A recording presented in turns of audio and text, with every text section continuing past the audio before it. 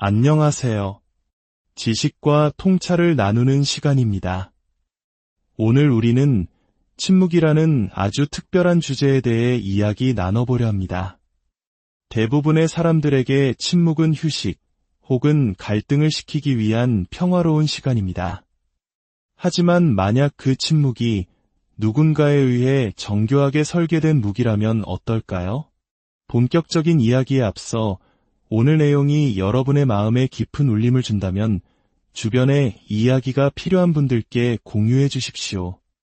여러분의 작은 나눔이 누군가에게는 큰 빛이 될 수 있습니다.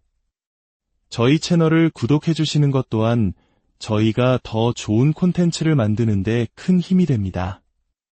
이야기를 듣는 모든 분들의 마음에 평화가 깃들기를 기원합니다. 나르시시스트. 우리는 이 단어를 자기 자신을 너무 사랑하는 사람 정도로 이해하곤 합니다. 하지만 그들의 침묵을 겪어본 사람이라면 그것이 단순한 침묵이 아님을 압니다. 그것은 계산된 행동이자 강력한 무기이며 동시에 상대를 조종하기 위한 한편의 연극입니다. 그들의 침묵은 평화를 위한 것이 아니라 오직 통제를 위한 것입니다. 단 한마디의 말도 없이 보이지 않는 끈으로 당신의 감정을 조종하는 기술이죠. 나르시시스트가 침묵을 선택할 때 그것은 결코 즉흥적인 행동이 아닙니다.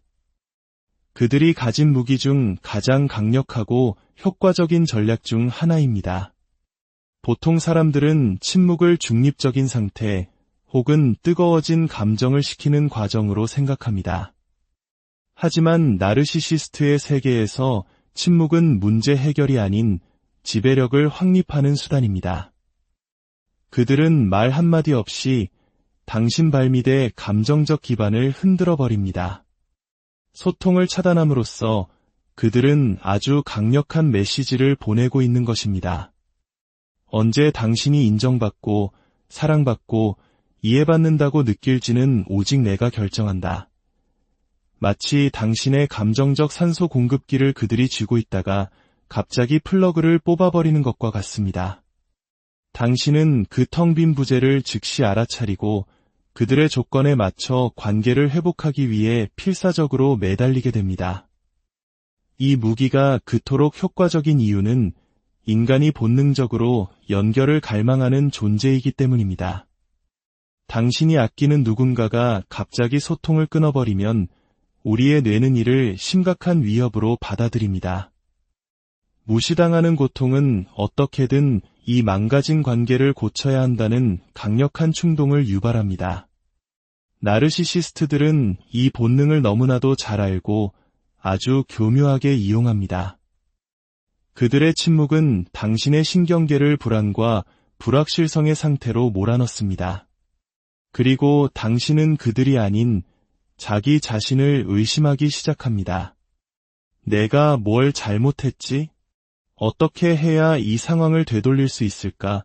당신은 자신도 모르는 사이에 이미 그들의 덫에 걸려든 것입니다. 미래에 다가올 그 고통스러운 침묵을 피하기 위해 당신의 행동을 스스로 수정하기 시작하는 것이죠. 또한 침묵은 그들의 우월함을 과시하는 지배적인 행동입니다. 대화를 거부함으로써 그들은 스스로를 심판자의 위치에 놓습니다. 언제 대화를 재개할지, 언제 용서를 베풀지, 언제 관계를 정상으로 되돌릴지를 결정하는 유일한 존재가 되는 것이죠.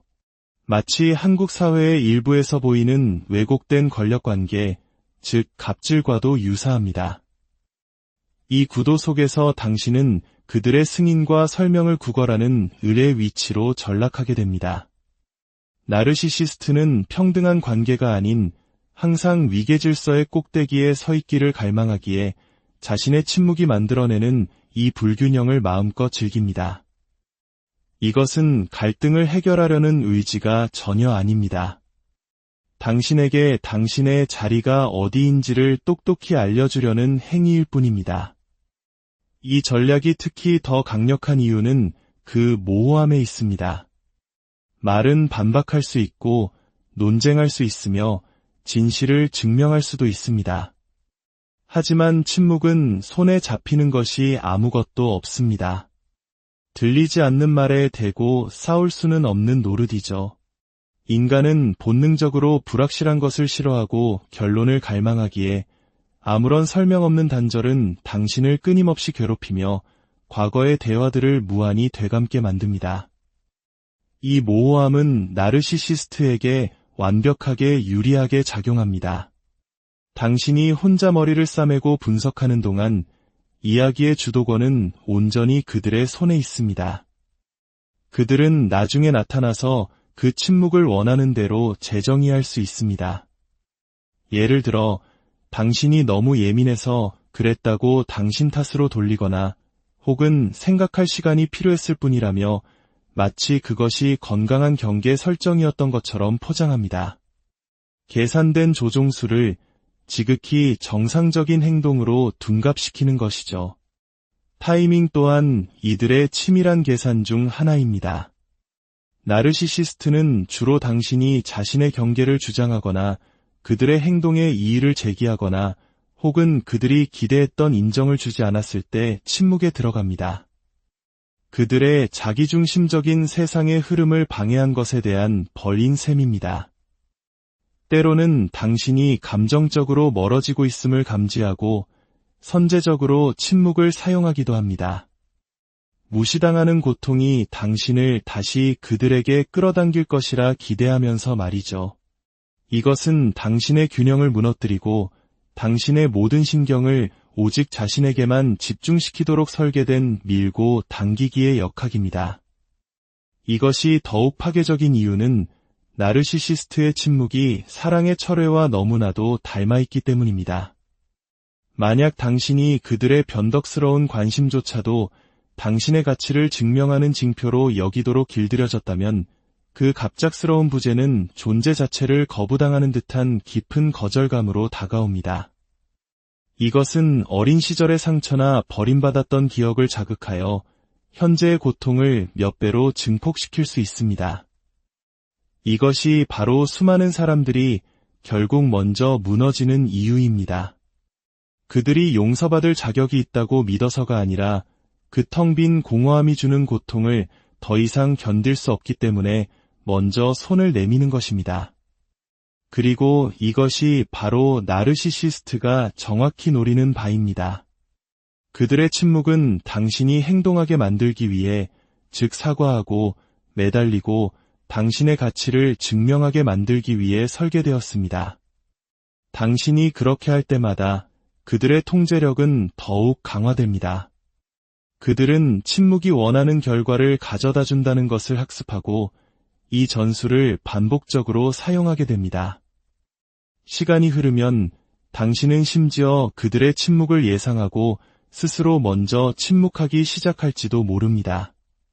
갈등을 피하고 당신의 필요를 삼키고 당신 자신의 평화보다 그들의 편안함을 우선시하게 되는 것이죠. 그 무기가 더 이상 사용될 필요조차 없이 당신의 행동을 완벽하게 통제하게 되었을 때 그것은 가장 깊은 상처를 남긴 것입니다. 본질적으로 나르시시스트의 침묵은 심리전입니다. 그것은 단순히 말이 없는 수동적인 상태가 아니라 최대한의 충격을 주기 위해 시간과 대상을 정확히 겨냥한 능동적인 관계의 철회입니다. 그들은 당신을 불안정하게 만들고 굴복하게 유도하며 말 한마디 없이 이 관계의 규칙은 자신이 정한다는 사실을 상기시키기 위해 침묵을 휘두릅니다. 이 모든 것을 이해하면 할수록 그 침묵이 결코 당신이 무언가를 잘못했기 때문이 아니었음을 분명히 깨닫게 됩니다.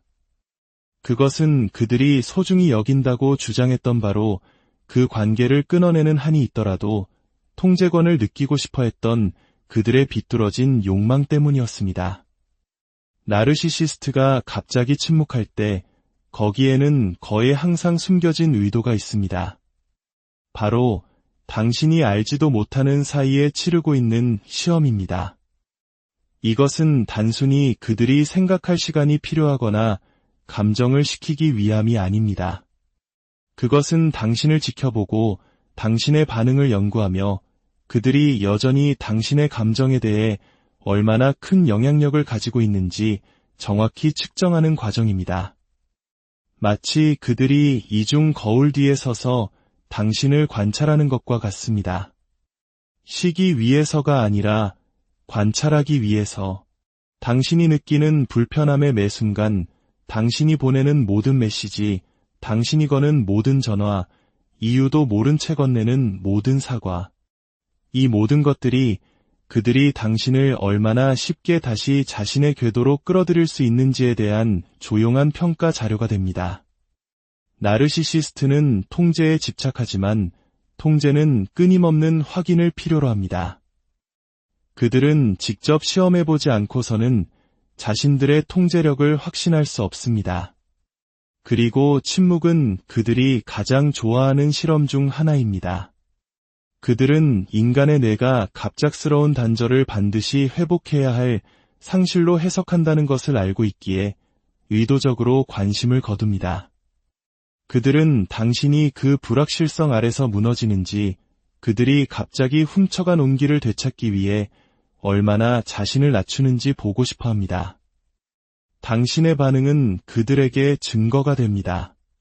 당신이 여전히 그들의 낚싯바늘에 걸려 있다는 증거, 혹은 그들이 당신을 더욱 꽉 쥘 필요가 있다는 증거가 되죠. 이 시험은 결코 단순하지 않습니다. 나에게 전화를 할 것인가, 가 아니라 무너지기까지 얼마나 걸릴 것인가, 관계를 회복하기 위해 당신의 자존심을 얼마나 희생할 것인가를 측정합니다. 그들은 당신의 첫 번째 연락을 일부러 무시할 수도 있습니다. 당신이 두 번째, 세 번째 시도를 하는지 보기 위해서죠. 소셜미디어에 의미심장한 글을 올려 당신의 반응을 유도할 수도 있습니다. 그들의 마음속에서 당신의 끈질긴 노력은 사랑으로 해석되지 않습니다. 그것은 통제력의 증거이며 당신의 감정 세계가 여전히 자신들을 중심으로 돌고 있다는 확신일 뿐입니다. 이 역학이 더욱 교활한 이유는 당신이 그들의 게임에 참여하고 있다는 사실조차 인지하지 못할 수 있다는 점입니다. 당신은 그저 오해를 풀고 관계를 회복하려는 배려 깊은 행동을 하고 있다고 믿을지 모릅니다. 하지만 그들에게 당신은 자신의 감정적 취약점을 그대로 노출하고 있는 것입니다. 그들은 무엇이 효과가 있는지 데이터를 수집합니다. 애정을 주지 않는 것, 메시지를 무시하는 것, 며칠 동안 사라지는 것. 일단 그들이 당신의 한계점을 파악하고 나면 그들은 그것이 효과적이기 때문에 몇 번이고 다시 사용할 것입니다. 때로는 이 시험이 더욱 구체적인 목표를 가집니다. 아마도 당신이 최근 들어 자신을 더 주장하기 시작했거나 필요한 것에 대해 목소리를 내거나 혹은 독립적인 모습을 보였을 수 있습니다. 나르시시스트는 통제력을 잃을 수 있다는 잠재적 위협을 감지하고 침묵으로 대응합니다. 이것은 단순한 처벌이 아니라 당신이 새로 찾은 힘이 압박 속에서도 유지될 수 있는지 시험하는 방법입니다. 만약 당신이 굴복하고 달려온다면 그들은 당신의 독립이 일시적인 것이었음을 확인합니다. 만약 당신이 자신의 입장을 고수한다면 그들은 다른 전략으로 수위를 높일 수 있지만 그들의 마음속에서 이 시험은 여전히 귀중한 정보를 제공한 셈입니다. 이 시험의 또 다른 측면은 나르시시스트의 인정 욕구를 채워준다는 것입니다. 당신이 그들의 침묵 동안 그들을 쫓는다면 그것은 그들이 여전히 당신 감정 세계의 중심이라는 사실을 재확인시켜줍니다. 당신이 그들의 관심을 애원한다면 그것은 관계 내에서 그들의 우월함을 확인시켜줍니다. 심지어 당신의 혼란조차 그들에게는 유리합니다. 왜냐하면 그것은 당신이 여전히 그들에 대해 생각하고 그들이 만들어낸 퍼즐을 풀려고 노력하고 있다는 의미이기 때문입니다. 나르시시스트에게 누군가의 감정적 혼돈의 원인이 되는 것은 그들의 기쁨의 원인이 되는 것만큼이나 만족스러운 일입니다. 어느 쪽이든 그들이 통제하고 있기 때문입니다. 이 잔인한 아이러니는 당신이 얼마나 그들을 아끼는지 보여줌으로써 이 시험을 통과하려고 노력할수록 당신 자신의 자존감의 눈에서는 더욱 실패하게 된다는 점입니다. 당신이 그들의 침묵을 쫓을 때마다 당신은 스스로에게 당신의 평화가 그들의 관심에 달려 있다고 가르칩니다. 당신의 가치는 그들이 마음대로 보류하거나 부여할 수 있는 것이 되어버립니다. 이것은 당신이 자신의 경계 안에 굳건히 서 있을 수 있는 능력을 서서히 침식시키고 미래의 당신을 더 쉽게 통제할 수 있게 만듭니다. 그리고 그것이 바로 나르시시스트가 원하는 것입니다. 그들이 사라졌을 때 당신이 반드시 찾으러 올 것이라는 확신 말입니다. 이것을 이해하는 순간 전체적인 역학이 바뀝니다. 일단 당신이 그 침묵을 시험으로 보게 되면 당신은 그 게임에 참여하지 않기로 선택할 수 있습니다. 당신의 가치가 그들이 당신과 소통하기로 결정하는지에 따라 결정되지 않는다는 것을 인식할 수 있습니다. 그들의 침묵이 당신의 다음 행동을 결정하도록 내버려두지 않을 수 있습니다. 그렇게 함으로써 당신은 그 어떤 절박한 애원보다 훨씬 더 강력한 메시지를 보내게 됩니다. 당신에 대한 그들의 통제력이 약해지고 있다는 메시지. 그것은 그들이 가장 두려워하는 결과이며 그들이 계속해서 강요하려는 이 악순환을 끊을 수 있는 유일한 것입니다. 나르시시스트의 침묵은 당신의 현실 감각을 왜곡할 수 있는 심리적 조작, 즉 소리 없는 가스라이팅입니다. 진실을 왜곡하는 말을 통해서가 아니라 의도적인 소통의 단절을 통해 이루어집니다. 아무런 설명 없이 스스로를 관계에서 제거함으로써 그들은 당신의 마음이 서둘러 채우려는 공백을 만듭니다. 그리고 그 텅 빈 공간 속에서 당신의 생각은 그들이 한 일이 아닌 혹시 당신이 잘못했을지도 모르는 일로 향하기 시작합니다. 이것은 미묘한 책임 전가이며 침묵은 당신이 반박할 증거를 아무것도 남기지 않기 때문에 효과적으로 작동합니다. 당신은 과거의 상호작용을 되짚어보며 실수를 찾고 보이지 않는 선을 넘었는지 궁금해하게 됩니다. 이것이 이 전술의 교활함이자 잔인함입니다.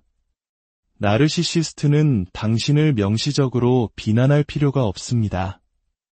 그들은 단지 한 걸음 물러서서 당신의 마음이 스스로를 공격하도록 내버려 둡니다. 소통의 부재는 그 자체로 하나의 이야기가 됩니다. 당신이 문제이고 그들은 상처받은 피해자라는 이야기. 그들이 마침내 다시 말을 걸기로 결정했을 때 그들은 당신이 과민 반응했거나 오해했거나 자신들에게 상처를 줬다는 식으로 암시하며 이야기를 미묘하게 강화할 수 있습니다. 당신은 이미 자신을 의심하고 있었기 때문에 그들의 버전이 진실과 거리가 멀더라도 그것을 받아들일 준비가 되어 있습니다. 때로는 이 침묵 가스라이팅이 선택적인 관계의 재개와 짝을 이룹니다. 그들은 마치 아무 일도 없었다는 듯이 무심한 메시지로 침묵을 깰 수 있습니다. 그러면 당신은 더욱 혼란에 빠집니다. 그들이 돌아와서 안도해야 할까요? 아니면 그들을 멀어지게 만든 원인에 대해 죄책감을 느껴야 할까요? 그 감정적 채찍질은 당신을 고조된 취약성 상태에 머물게 하고 그 상태에서 그들은 당신의 현실 인식을 더 쉽게 조종할 수 있습니다. 이 전술의 또 다른 위험한 측면은 당신이 자신의 직감을 신뢰하는 능력을 어떻게 침식시키는가에 있습니다. 시간이 지남에 따라 당신은 무언가 잘못됐다고 말하는 내면의 목소리를 신뢰하는 것을 멈추게 됩니다. 이 자기 불신이 바로 나르시시스트가 원하는 것입니다. 일단 당신이 자신의 판단에 귀 기울이는 것을 멈추면 당신은 그들의 판단에 더 많이 의존하게 될 것입니다. 그리고 나르시시스트와의 관계에서 그들의 판단은 항상 당신의 안녕이 아닌 그들의 이익을 위해 봉사합니다. 나르시시스트가 당신의 관심을 주었다가 침묵 속으로 사라지는 것을 반복할 때 그들은 단순히 변덕스러운 것이 아닙니다. 그들은 당신을 낳기 위해 감정의 롤러코스터를 만들고 있는 것입니다. 이 뜨겁고 차가운 행동은 당신을 불안정하게 만들고 그들의 인정이 철회될 때마다 더 강렬하게 갈망하게 만드는 더 큰 조종 사이클의 일부입니다. 침묵은 고립된 전술이 아닙니다. 그것은 의도적인 패턴의 최저점이며 그 목적은 최고점을 실제보다 더 강력하게 느끼게 만드는 것입니다. 이 사이클은 도박 기계에 사용되는 것과 동일한 심리학적 원리인 간헐적 강화를 반영합니다. 매번 이기는 것은 아니지만 이겼을 때의 보상이 너무나 짜릿해서 오랜 시간 돈을 잃는 중에도 계속 게임을 하게 되는 것과 같습니다. 나르시시스트 버전에서 보상은 그들의 관심이고 패배는 그들의 침묵입니다. 예측 불가능성은 당신을 계속 투자하게 만듭니다. 조금만 더 버티면 그 온기가 돌아올 것이라는 희망을 품게 하죠. 이것은 논리적인 것이 아니라 강력한 감정적 조건화입니다. 감정의 롤러코스터는 또한 왜곡된 현실 감각을 만듭니다. 최저점 이후의 최고점은 너무나 강렬하게 느껴져서 당신은 그들의 관심이 깊은 사랑의 증거라고 믿기 시작합니다. 하지만 현실에서 그것은 그들의 침묵으로부터의 해방감이 압도적으로 느껴지는 것뿐입니다. 침묵이라는 대비가 없다면 그들의 애정은 평범하거나 심지어 불충분하게 느껴질 수도 있습니다. 하지만 부재의 기간 후에 오기 때문에 그것은 비범하고 거의 중독적으로 느껴집니다. 이것이 그들이 당신을 감정적으로 의존하게 만드는 방식입니다. 이 패턴을 이해하는 것이 중요합니다. 왜냐하면 일단 그것을 명확하게 보게 되면 당신은 그 소나기에서 벗어날 수 있기 때문입니다. 침묵은 자연스러운 멈춤이 아닙니다. 그것은 롤러코스터에 계산된 하강 구간입니다. 그리고 최고점은 사랑의 증거가 아닙니다. 그것은 당신이 내리지 못하게 막는 미끼일 뿐입니다. 당신이 관계를 그 최고점의 강도로 측정하는 것을 멈추고 그 최저점의 필요성에 의문을 제기하기 시작할 때 당신은 이 사이클에서 완전히 벗어나는 첫걸음을 내딛는 것입니다.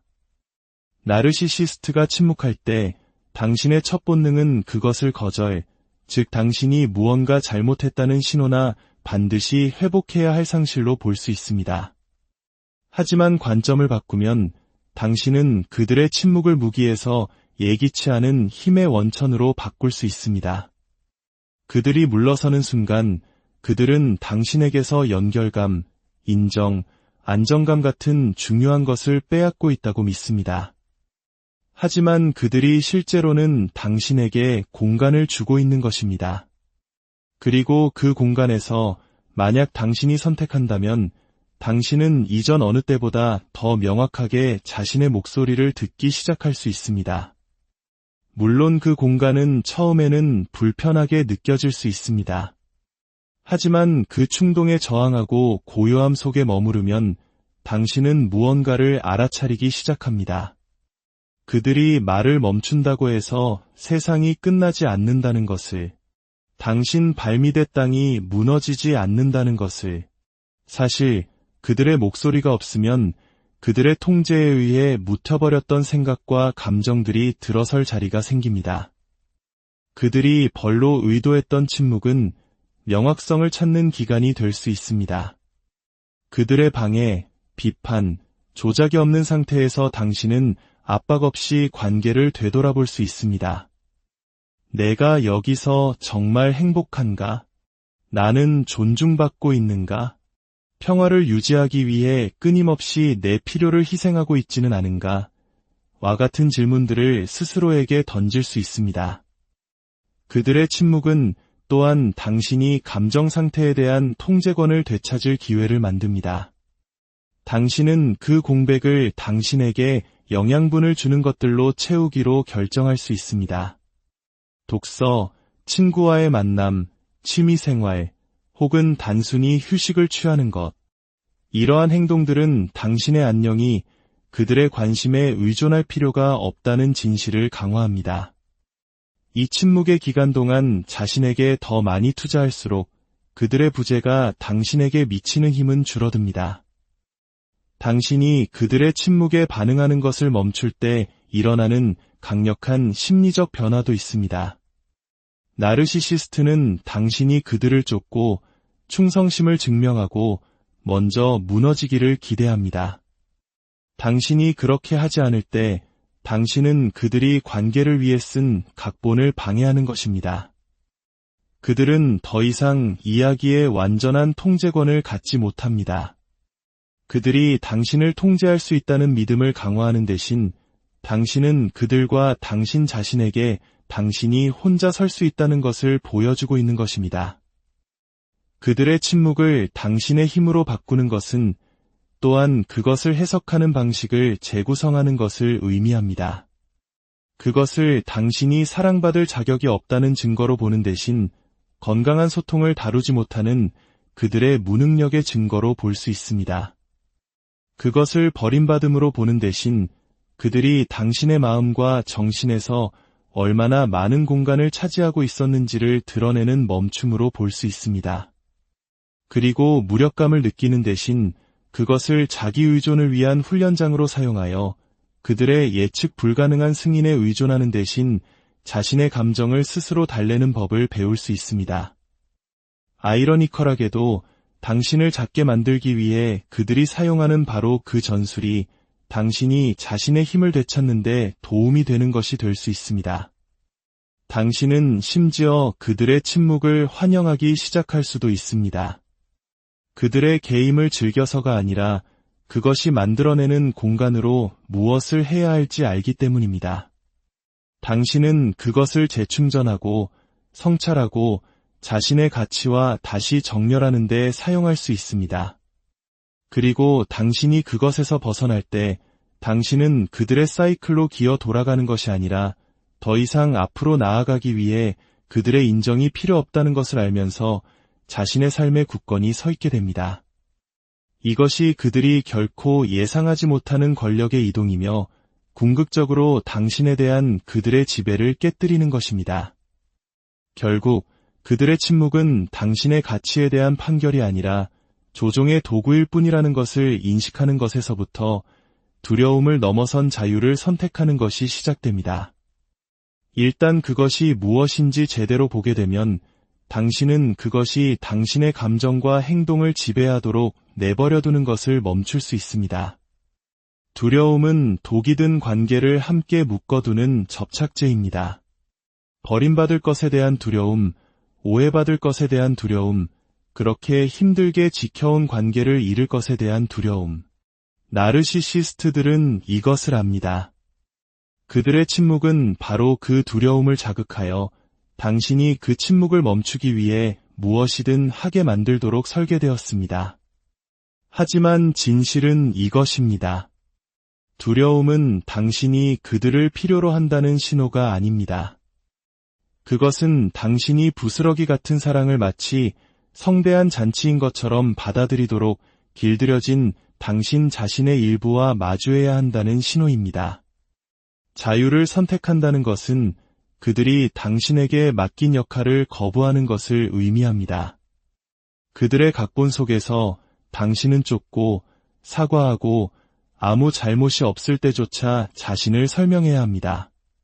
하지만 당신이 자유를 선택할 때 당신은 그 각본에서 완전히 벗어납니다. 당신은 쫓는 것을 멈춥니다. 당신의 가치를 협상하는 것을 멈춥니다. 그들의 자존심을 보호하는 대신 당신의 평화를 존중하는 결정을 내리기 시작합니다. 이 선택이 항상 쉬운 것은 아닙니다. 침묵은 여전히 상처를 줄 수 있습니다. 하지만 이 악순환이 당신이 돌아가면 반복될 뿐이라는 것을 스스로에게 상기시킬 때 당신은 멀리 떨어져 있는 것이 자기 존중의 행위라는 것을 깨닫기 시작합니다. 당신은 그들을 벌하는 것이 아닙니다.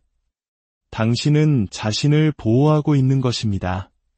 그리고 시간이 지나면서 그 보호는 힘으로 자라납니다.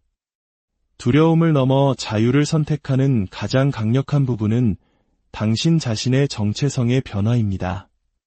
당신은 그들의 행동에 반응하는 사람에서 자신의 가치에 따라 행동하는 사람이 되기 시작합니다. 당신의 가치를 그들이 주는 관심의 양으로 측정하는 것을 멈추고 당신이 자신을 얼마나 존중하는지로 측정하기 시작합니다.